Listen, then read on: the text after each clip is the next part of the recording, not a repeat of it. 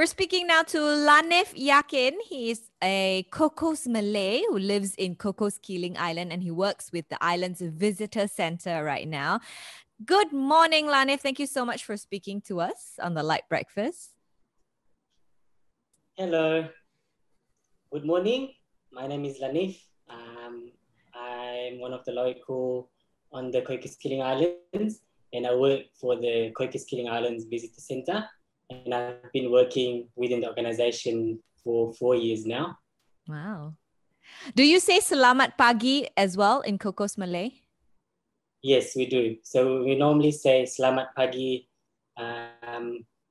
for good morning, and then Selamat Petang for good afternoon, and then Selamat Sore for good evening. Okay. Is it more Selamat Pagi or is it more Gadai? I would say more of Selamat Pagi. Well, we know that there are a lot of like cultural similarities between Malaysians and the Cocos Malays, right? Can you tell us some of the similarities? So some of the similarities that we've got on Cocos here.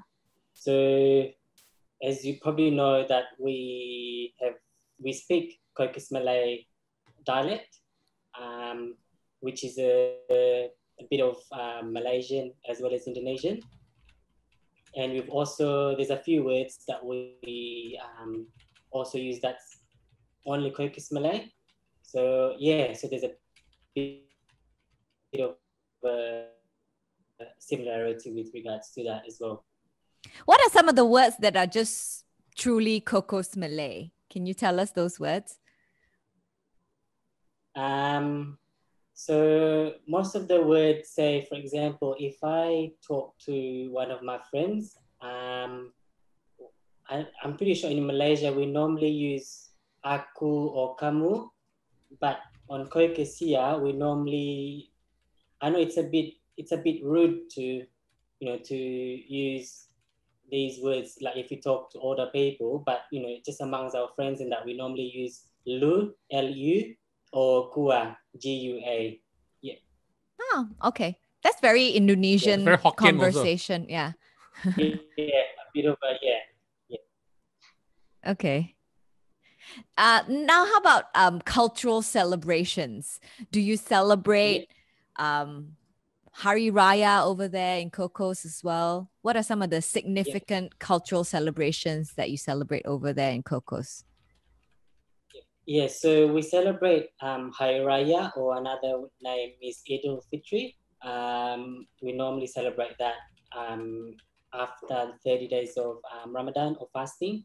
And then during that celebration, we, on the day of Idul Fitri, we normally go down to the mosque and do the prayers and the khutbah as well. Mm-hmm. And then once that's all done, including the prayers, we would actually ask forgiveness amongst one another, to family, friends, of all the wrongdoings that we've done for previous years and the upcoming year as well.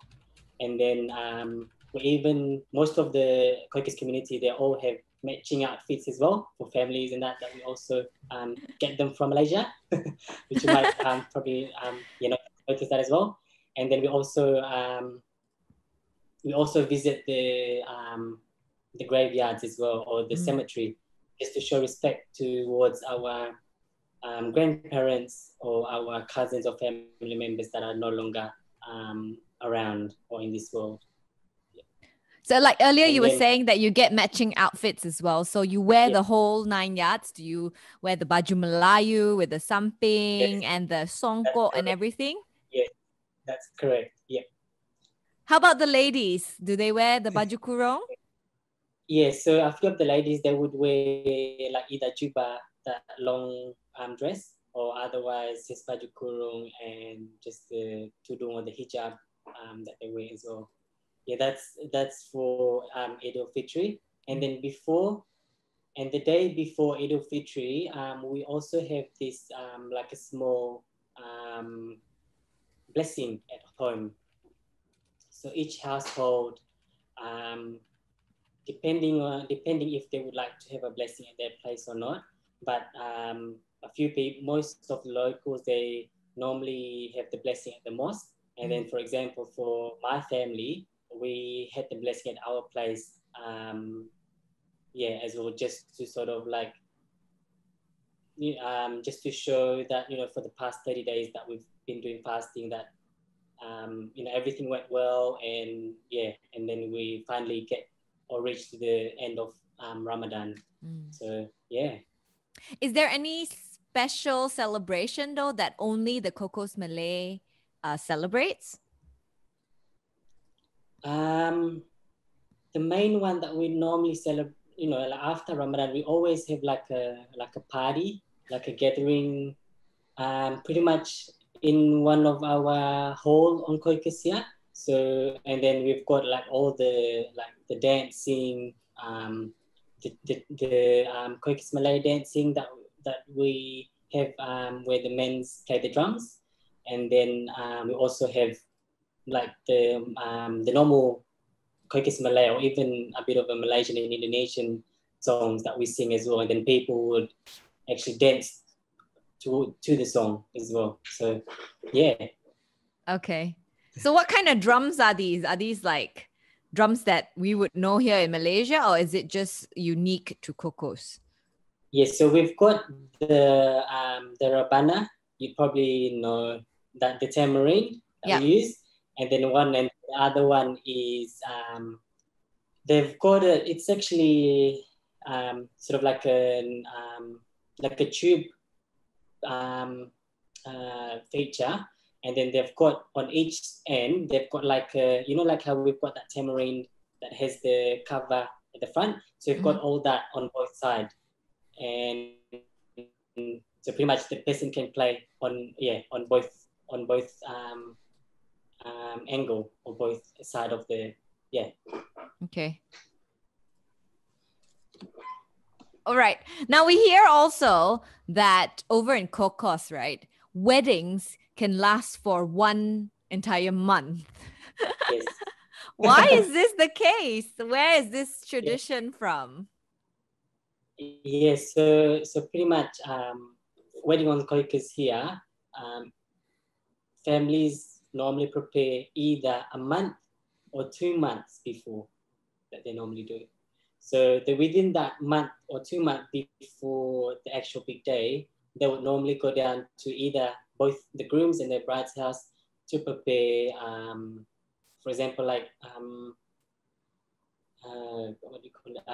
Keripik. You probably know it as a probably like chips. Like we've got a banana. They normally prepare like banana chips, breadfruit chips, like coconut, not similar to a coconut chip, but it's actually it's coated in sugar.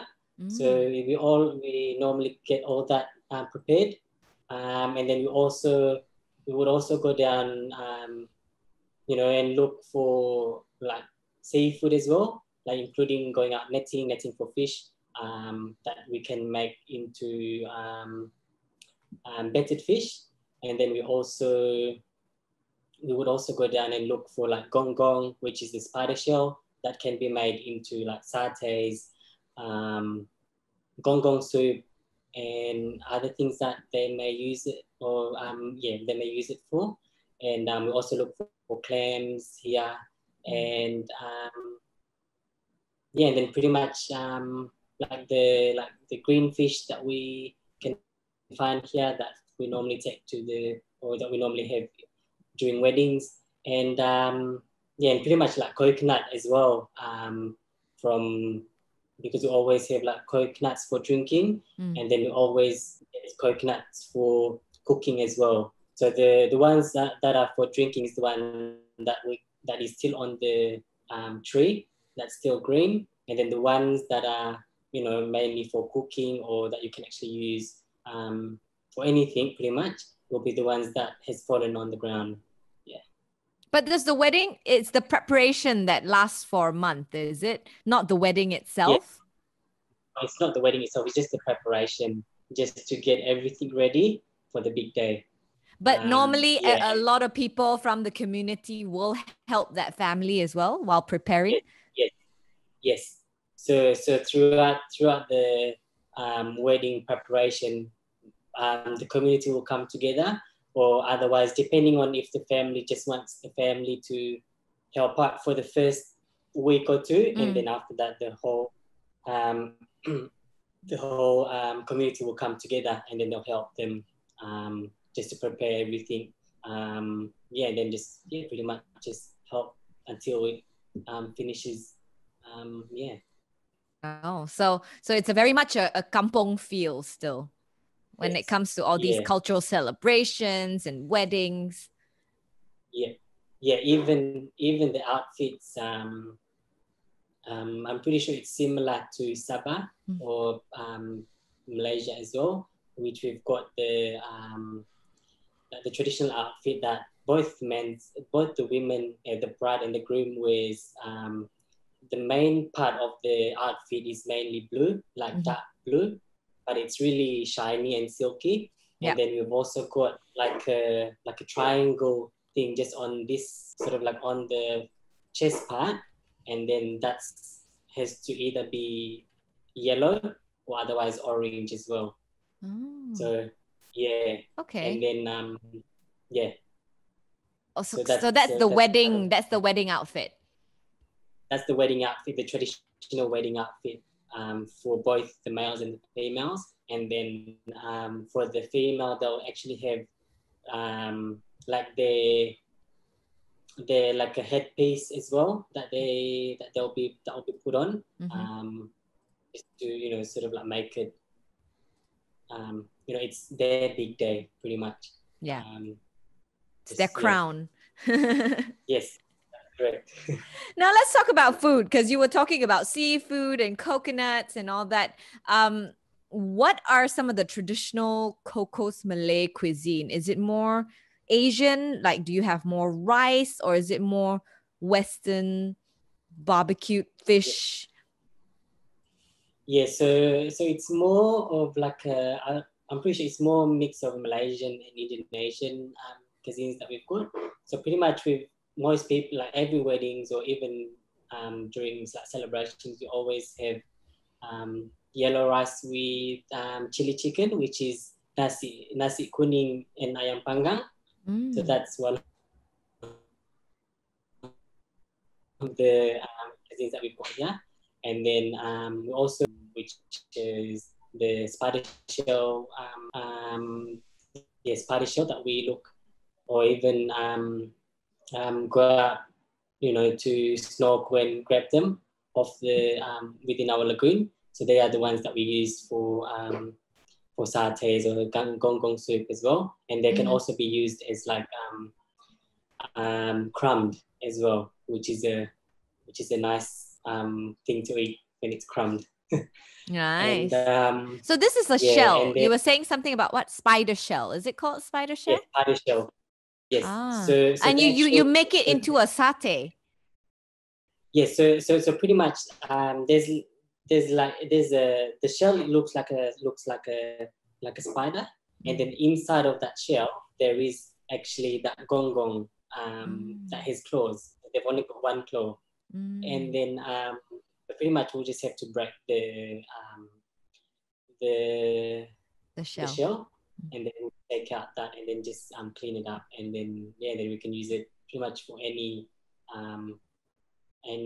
cuisines or any food preparation that we would wanting to eat, wanting to have, or to keep it for the celebration as well.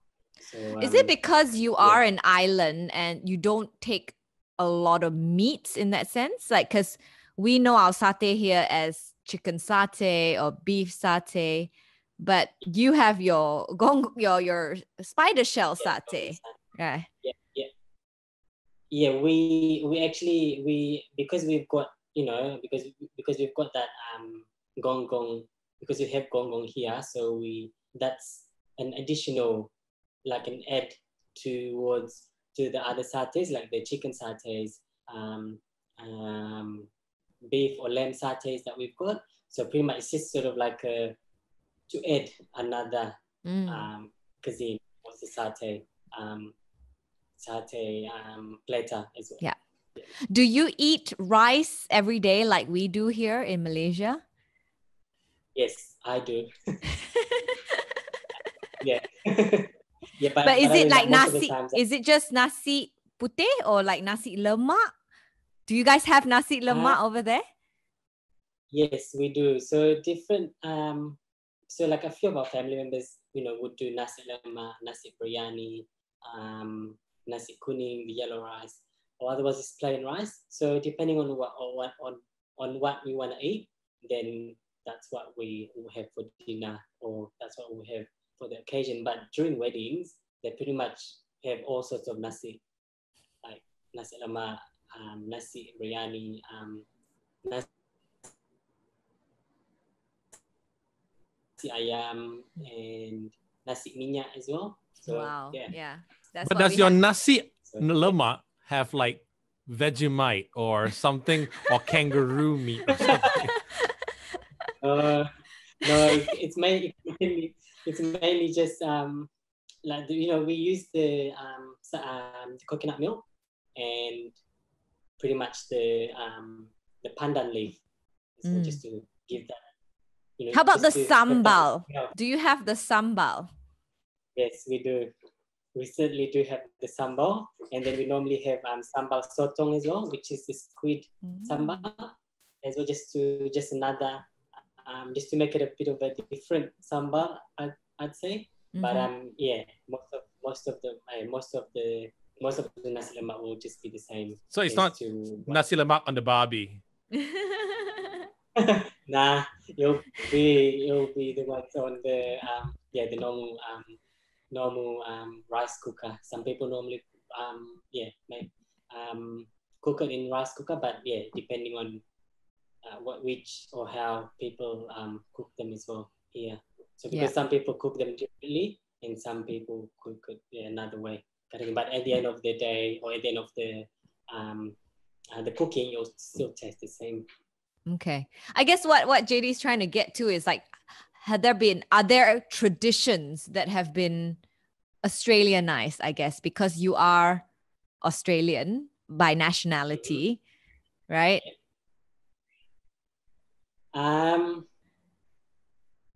So is this a part of just the nasi lemak bit, or just pretty much anything? Anything, any traditions that you think that has been Australianized or have been westernized in a sense. Westernized. Yeah. So for example, in weddings, back in the days when we have weddings, we don't actually have like lamb or beef meats here, which pretty much at weddings previously on Cocos, we normally have like island bred chicken that are fed, and then that'll be turned into like you can actually cook that chicken into like fried chicken, ayam panggang or anything pretty much. Ayam kampung. But now, that's the word, ayam kampung. Because we've got like because we're part of Australia, so we've got that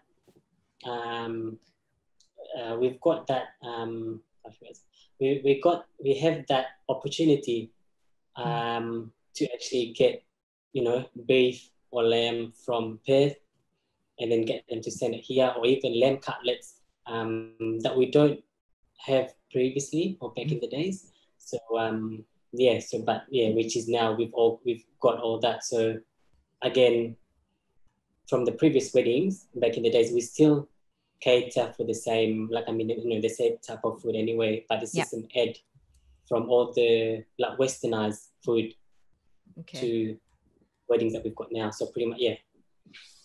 Oh, interesting. So previously there were not much meat, only chicken. But now you've incorporated beef and lamb from Australia in your traditional ceremonies. Yeah. Yes. Yeah, because back in the days it's only chicken, fish, as well as like Congo, squid and even shellfish. Whatever we've got on island here, pretty much. But now, because we've got that different range of other food that we can get from Perth or WA, That's where we will get food for weddings as well. But on top of that, we still use current or like previous cuisines as well that was used from previous weddings that we had from previous wedding, I should say. Yeah. Okay. Now let's talk music, Lanif. Is there a traditional Cocos Malay musical instrument that is still played for various ceremonies, like how, the kompang actually accompanies the bridal parties here in Malaysia? Are there any traditional Cocos Malay instruments that are still played till today? I'm sure we have similarities to Malaysian or Indonesian. Like you say, with the kompang, we actually have that kompang for the parade, wedding parade here. So we've got the kompang, getting, leaving from the groom's house with the kompang, and then getting the female, and then have another parade with the kompang as well. And then after that, we normally have like it's martial arts, or another name would be I think it's Pesilatan. Silat. Yeah. So we've got that as well here. That the kompang are being played, and they're also being played during Cocos traditional dancing as well. So we have the dancing.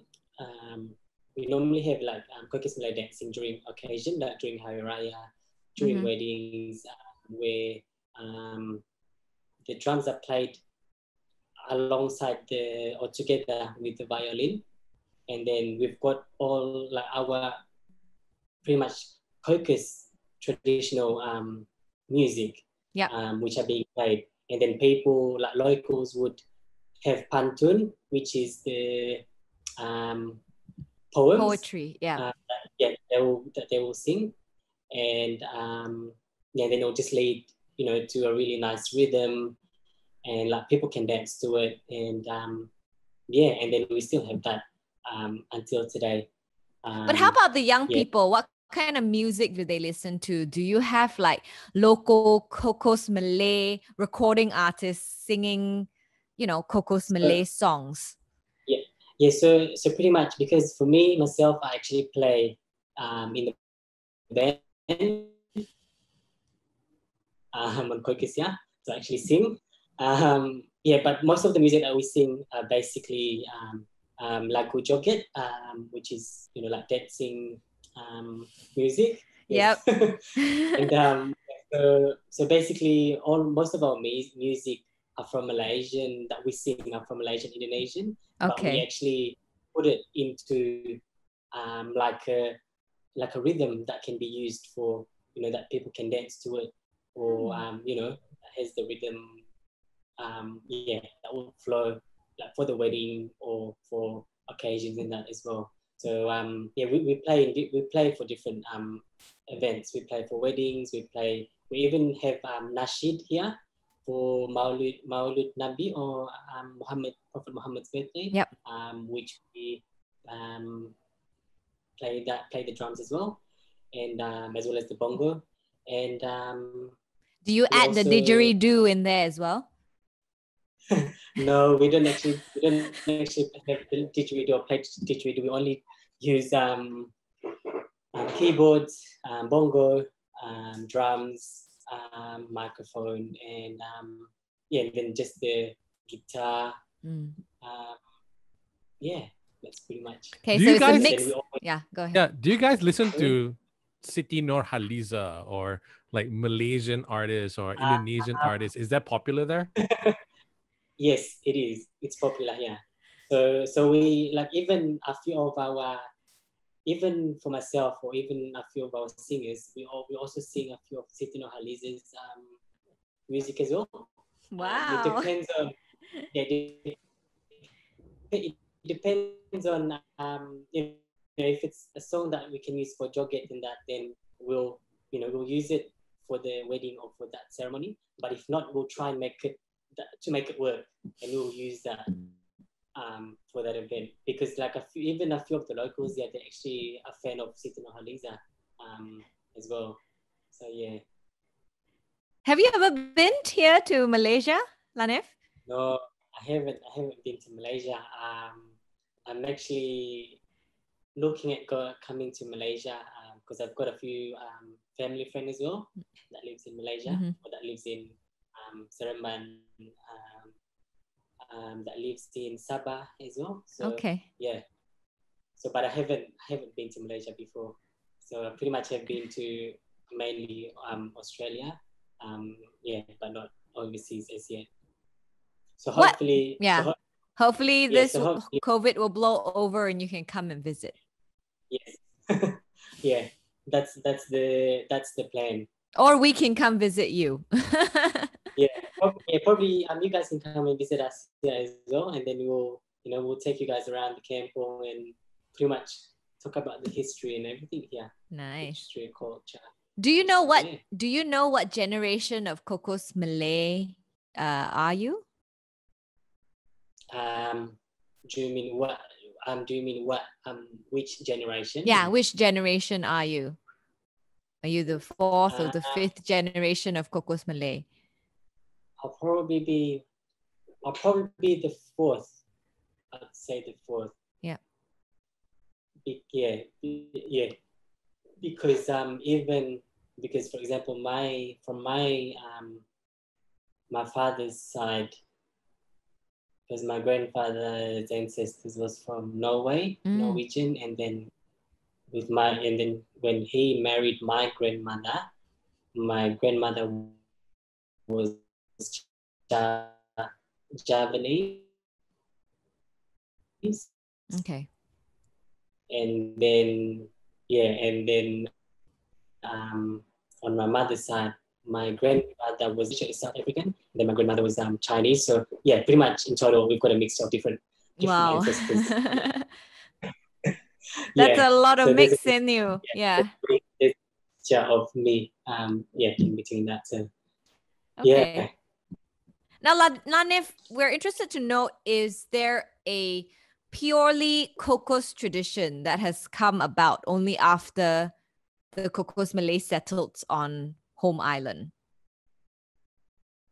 So just mainly just Cocos tradition? Yeah, it's something that or? only Cocos Malays celebrate or do.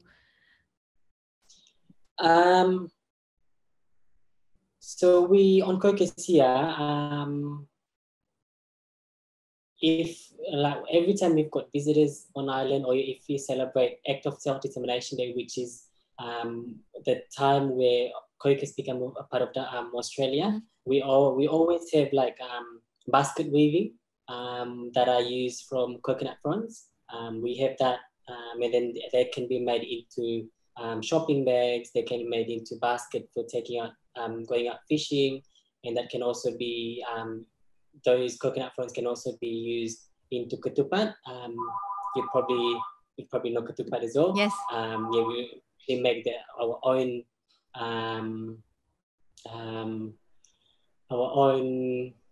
sarong, or even our own what is it? Our own how do I say this? Our own is it a food? like basket. Yeah, our own ketupat basket, I should say. Okay. That would actually be, and then the rice will be put into that basket, and then that will be cooked in coconut milk. Nice. Okay. So this is only done during Australia Day, is it? No. This is done mainly every day. If not every day, like every time you've got occasions in that. Like if you've got ceremonies, if you've got like Hari Raya Haji, parties, if we celebrate Eid al-Fitr as well, we always have that as well. So pretty much during events, and some families do cook them at home as well, just to have it, like 3 months, after 3 months not having it kind of thing, we'll cook a few of that as well. So things that we don't normally eat every day. So most people normally cook that as well. And